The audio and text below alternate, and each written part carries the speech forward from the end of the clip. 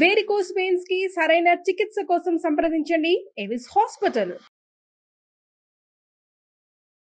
నమస్తే రమ్మగారు. నమస్తే జయ. మంచి చందమామ కథ ఒకటి చెప్పండి. చిల్లర నాణ్యాల కథ చెప్తా. ఎప్పుడో చూసే జయ దీన్ని నేను. కాకపోతే ఆ అంకెలు కొంచెం కన్ఫ్యూజ్ అయ్యి, ఇప్పుడు మనం రూపాయలు, పావలాలు, అర్ధ రూపాయలే మనకు తెలుసు. నాకు తెలిసే నాటికే అణాలు, అర్ధనాలు, బేడలు పోయినాయి. ఇక్కడ హైదరాబాద్ వచ్చాక చారానా, బారానా, అఠానా అనేవాళ్ళు. అదేంటో కూడా బాగా అర్థమై తెచ్చేది కాదు. ఓ సంవత్సరం 2 ఏళ్ళకి అణాలు అన్ని గాలలు పోయినాయి. ఓకే, బారానా అంటాం, తగ్గిపోయింది. అయితే దాని మీద ఈ కథ అనమాట. ఒక ఊళ్ళో ఓ రాముడు అని ఒక పిల్లవాడు ఉండేవాడు. వాళ్ళ అమ్మ చాలా పెద్దది, ఆవిడికి లేటు వయసులో పిల్లవాడు పుట్టాడు. వీడికి ఒక 10-12 ఏళ్ళు వచ్చేసరికి వాళ్ళ అమ్మ పెద్దదైపోయింది, తండ్రి లేడు. వాడే ఆ పని ఈ పని అన్ని పనులలో తల్లికి సహాయం చేసేవాడు. వీడికి ఒక 15 సంవత్సరాలు వచ్చేసరికి అమ్మ ఇంచుమించుగా మూల పడిపోయింది. వాడేదో ఆ పని ఈ పని, వాళ్ళ ఇంటికో వీళ్ళింటికో పనికి వెళ్ళేవాడు. వాడి పావలా 10 పైసలు ఎట్లా కోట్లా కాచిపోసేది. క్రమంగా కాచిపోయటం కూడా తగ్గిపోయి వీడే కాచటం కూడా వచ్చేసింది. చివరికి ఒకనాడు అమ్మకి అంత్యకాలం సమీపించింది. ఆవిడ ఏం చేసింది, చెంగుకు ఒక మూట కట్టుకుని ఉందిట. ఆ చెంగులోంచి అంత చిల్లర నాణ్యాలు తీసి, నాయన నీకు రెక్కలు తప్పిస్తే ఏమి ఇవ్వలేదురా, కానీ ఇంతకాలం నన్ను సాకేవు, నువ్వు ఈ చిల్లర పెట్టుకో. నేను ఎన్నేళ్ల నుంచో దాచిన డబ్బు ఇది. నేను నీతో ఉన్నట్టే, నీకు మంచి జరుగుతుంది, నువ్వు మంచివాడివి, బుద్ధిమంతుడివి. తల్లులు వృద్ధాప్యంలోకి వస్తే ఇదేమి చేసి పెట్టదు మనకి అని వదిలేసి వెళ్ళిపోతున్నారు ఈ కాలం పిల్లలు. నువ్వు అట్లా చేయలేదు, పెద్దదాన్ని నన్ను చివరి దాకా సాగదీసావు కాబట్టి ఈ డబ్బు నీకు మేలు చేస్తున్నాను. ఒక 4 చిల్లర కాసులు వాడి చేతిలో పెట్టింది. సరే, చనిపోయింది. చుట్టుపక్కల వాళ్ళ సహాయంతో ఏదో తల్లిని మట్టి చేసేసాడు పిల్లాడు. ఈ ఊళ్ళో ఇంకా ఉండబుద్ధి కాదు. ఈ ఊళ్ళోనే ఎందుకు ఉండాలి? ఇదివరకంటే అమ్మ అటాచ్మెంటు, ఏదో గుడిసి ఉండేది వాళ్ళకి, సొంతదేం కాదు, ఏదో ఇంట్లో ఉండేవాళ్ళు. ఎవరో ఒకళ్ళ పంచన కొంచెం ఇట్లా వాల్చుకుని అక్కడ ఉండేవాళ్ళు. ఇప్పుడు ఇంకెందుకు ఇక్కడ, ఏదైనా వేరే ఊరు వెళ్దాము అని అనిపించింది. తల్లి ఇచ్చిన చిల్లర జేబులో వేసుకున్నాడు. వాడికి ఒక చిన్న లాగు లాంటిది ఉన్నది, ఆ లాగు జేబులో వేసుకుంటే సరే అలా వెళ్తున్నాడు. వెళ్ళగా ఆ పంచన ఈ పంచన అన్నం తినేవాడు. మామూలుగా ఆ ఊళ్ళల్లో ఇది వరకు బిచ్చగాళ్ళు ఏమి ఉండేవాళ్ళు కాదమ్మా, అతిథులు అభ్యాగతులు అనేవాళ్ళు. రోడ్ల మీద పోతుంటే మధ్యాహ్నం వేయకమ్మా ఆకలిస్తుంది అన్నం పెట్టండి అంటే ఎవరో ఒకళ్ళు ర్యాండమ్గా అన్నం పెట్టేసేవాళ్ళు. వీళ్ళింటో ఎవరైనా బాగిటో అన్నం పెడుతున్నారనుకో, ఎవరో ఒకడికి ఒక కుర్రాడికి, ఎదురింట్లో వాళ్ళు ఓ చుక్క పులుసుంది పోస్తాను, ఓ చుక్క మజ్జిగుంది పోస్తాను, లేదా ఈ పిల్లాడు ఎవరికో అన్నం పెడుతున్నా మజ్జిగుందా అని వీళ్ళు అడిగితే అవతల వాళ్ళు ఇవ్వటం, అందరూ కలిసి పెట్టేసేవాళ్ళు. ప్రతి వాళ్ళు ఈ రకమైన సహాయం చేసే కాలం ఒకటి మన ముందుందంటే మనం నమ్మలేక కూడా. అవునండి, కానీ ఇలాగే జరిగేది. వీడు ఆ పంచన ఈ పంచన అన్నం తింటూ ఏదైనా చెట్ల మధ్య నడిస్తే ఓ జామకాయ, ఓ మామిడికాయ, ఓ సీతాఫలమో, 4 రేక్కాయలు అట్లా ఏమైనా పళ్ళు గిళ్ళో పీక్కుని తింటూ అది నడుస్తున్నాడు. ఏదో ఒక ఊరు చేరదాం అనిపించింది. ఈ వెళ్తూ ఉంటే వాడికి ఒక ముష్టివాడు కనిపించాడు. ఆ ముష్టివాడు, బాబు ఏదైనా ఇవ్వనైనా అన్నాడు. వీడు జేబులో చేయి పెట్టాడు. జేబుకి చిల్లు కానీ, వాళ్ళ అమ్మ ఇచ్చింది ఏంటి, ఒక చిల్లు కానీ, ఒక అర్ధన, ఒక అణ, ఒక బేడ, ఈ 4 కాసులు ఇచ్చింది. సరే ఏం చేశాడు, ఆ చిల్లు కానీ చేత్తో పుచ్చుకొని ఆ ముసలాయన బిచ్చగాడి చేతిలో పెట్టాడు. ముష్టివాడు చాలా సంతోషించాడు. చిల్లుకాని కూడా చెల్లేది, కానీలో చిల్లుకాని అని ఉండేది, కానీ కంటే ఇంకా చిన్నది కాబోలది అదే. అయితే ఈ చిల్లుకాని ఇచ్చేసరికల్లా ఆయన అన్నాడు, చాలా మంచివాడివి రా అబ్బాయి, నీ దగ్గర ఏమీ లేకపోయినా ఉన్న దాంట్లో నుంచి ఒకటి తీసిచ్చావు, దక్షిణ దిక్కుగా వెళ్ళు, నీకు మంచి జరుగుతుంది, దక్షిణ వైపు వెళ్ళిపో అంటే దక్షిణ దిక్కుగా నడవటం మొదలుపెట్టాడు.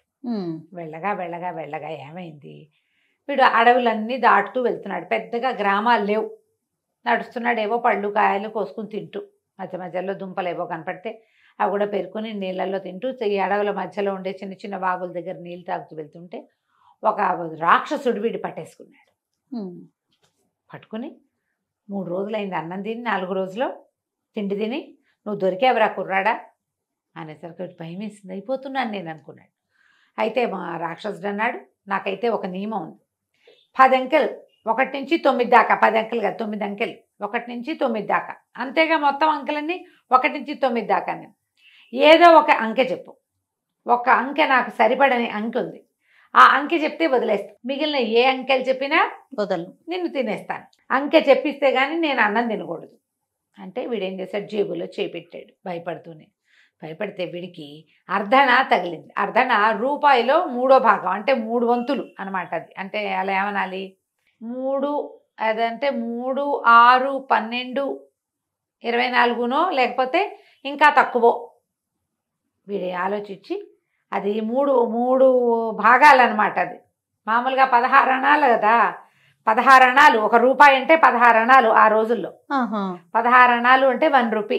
ఓకే. ఇది 3 అణాలు ఎత్తు చేస్తుందేమో అది అని చెప్పాడు. అర్ధన అంటే ఇది అయి ఉంటుంది. అలాగా వాడు ఆలోచించి అణ పట్టుకుని 3 అన్నాడు. అనగానే రాక్షసుడు, అబ్బా 3 అస్సలు సరిపడదురా నాకు, అందుకని అసలు 3 రోజుల నుంచి అన్నమే లేదు. 4వ రోజు వచ్చింది కాబట్టి అన్నం దొరికింది, ఆహారం దొరికిందని నమ్మా. నువ్వు 3 చెప్పావు కదా, సరే దిగి వెళ్ళిపో. నువ్వు సావు నోట్లో పడి తప్పించుకున్నావు. ఇంకెవరికైనా దొరికితే నిన్ను తినేసేవాడే. నాకు దొరకడం నీ అదృష్టం. ఏం దానం చేసుకొచ్చావో పో నువ్వు అన్నాడు. ఈ రాక్షసుడి బారి నుంచి తప్పించేసుకున్నాడు వాడు. అట్లా నడిచి వెళ్ళటం మొదలుపెట్టాడు. ఇంకా వెళ్తే ఒక ఆటవికల గుంపుకి దొరికాడు ఈ అబ్బాయి. ఆటవికలు తీసుకుపోయి పై ఊళ్ళ వాళ్ళు ఎవరు మా దగ్గరికి రావడానికి వీల్లేదు, మా అమ్మవారికి బలిస్తాం మేము అని పెద్ద జేజి విగ్రహం ఉంది అక్కడికి తీసుకుపోయారు. ఆ ఆటవికల నాయకుడి పేరు శరాబంది. నువ్వెవరివి, ఏం చేస్తావు, నీకేం పనసు, వేవు ప్రశ్నలు కూడా వేశాడు. వీడు ఒళ్ళంతా పరిశీలించాడు. వీడికి ఏం దెబ్బలు లేవు కదా, సర్వలక్షణ సమర్పణంగా ఉన్నాడు పిల్లాడు. వాడికి ఏం దెబ్బలు, కట్లు, గాయాలు లేవు. గాయాలుంటే పనికిరాదు అమ్మవారి నివేదనకి. అయితే ఏమన్నాడు, మాకు ఒక నియమం ఉంది. ఒక 6 గ్లాసులు అక్కడ పెట్టున్నాయి. 6 5 ద్రాక్షాసవం ఉంది, ఒక్క దాంట్లో విషం ఉంది. మా గూడెంలో అడుగు పెట్టిన వాడు వీటిలలో ఏదో ఒక గ్లాస్ తీసుకుని తాగాలి. విషం కనుక తాగాడా మాకు వెంటనే తెలుస్తుంది, వాడిని మేము బలిస్తాం. ద్రాక్షారసం తాగిన వాడు వెళ్ళిపోతాడు.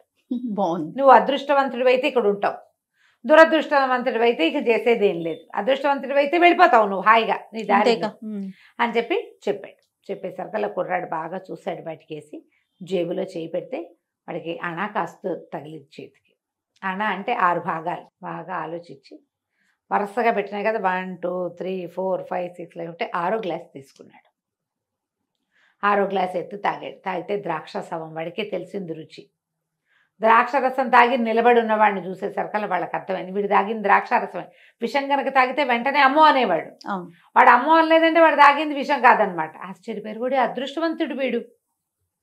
అక్కడి నుంచి అప్పుడు శుభ్రంగా భోజనం పెట్టి కొంచెం తిండి మూటగట్టి అమ్మవారి దగ్గర మొక్కిచ్చి అడవి చివరికి తీసుకెళ్ళి వదిలిపెట్టారు. ఓకే. ఇక్కడి నుంచి దక్షిణ దిక్కుగా వెళ్తే సువర్ణపురి అనే రాజ్యం వస్తుంది. అందులోకి వెళ్ళు, నీకు ఏ పనైనా అవుతుంది, ఏదో ఒక పని దొరుకుతుంది అక్కడ నీకు అని చెప్పి పంపించేశారు. వీడు అడవి చివరి నుంచి నడిచి సాయంకాలానికి సువర్ణపురి చేరుకున్నాడు. సువర్ణపురి ఊరంతా కోలాహలంగా ఉంది. వీళ్ళ అందరినీ అడిగాడు, ఏంటండి హడావిడంటే, మా రాజుగారు మరణించారు ఇప్పటికి 15 రోజుల ముందు. ఆయన క్రియాకర్మలన్నీ అయిపోయినాయి. ఈరోజు పొద్దునే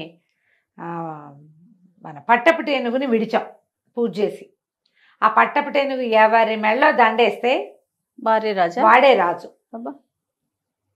అన్ని అదృష్టం, ఎవడ అదృష్టం, అతిథి అభ్యాగతి, పరాయి దేశం వాడు, ముష్టివాడు, కుష్టివాడు, ఎవడైనా సరే అదృష్టవంతుడు ఉంటే అయితే చాలు. అదే జరుగుతోంది ఇక్కడ. ఇవాళ రోజంతా అదే హడావిడి. పట్టపటేనుగు ఏ పక్కకి వెళ్తే ఆ పక్కకి వెళ్తున్నాము. అది మా ఊళ్ళో వాడు కావచ్చు, పై ఊరు వాడు కావచ్చు అనేసరికల్ వీడు బాగా ఆలోచించి తన జేబులో ఇచ్చి బేడకాసు తీసాడు. వాళ్ళ అమ్మ ఇచ్చింది. ఆ బేడకాసుని ఇట్లా గాల్లో ఎగరేసాడు. ఎగరేస్తే అది ఎగిరిల్లు ఎక్కడో పడింది. అది ఎక్కడ పడిందో చూసుకుని వెళ్ళి అక్కడి నుంచున్నాడు. ఆ దారిని ఏనుగు వచ్చింది. జనం అంతా కోలాహలంగా ఉన్నారు. ఎక్కడైతే వీడు బేడకాసు పడి వాడు ఎక్కడ నుంచున్నాడో అక్కడికి వచ్చి ఏనుగు దండెత్తి వీడు మెళ్ళ వేసింది.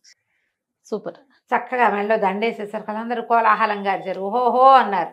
నీ పేరేమిటానంటే రాముడు, రామరాజు అయిపోయాడు. ఏనుగు కింద కూర్చోబెట్టి దాని మీద హౌదా ఎత్తి పెడతారు కదా, హౌదాలు ఎత్తుతారు. దీన్ని తీసుకెళ్ళి, ఈ కుర్రాన్ని తీసుకెళ్ళి అందులో దాని మీద కూర్చోబెట్టి హౌదా ఎక్కిచ్చేసి తీసుకుపోయి రాజుని చేశారు.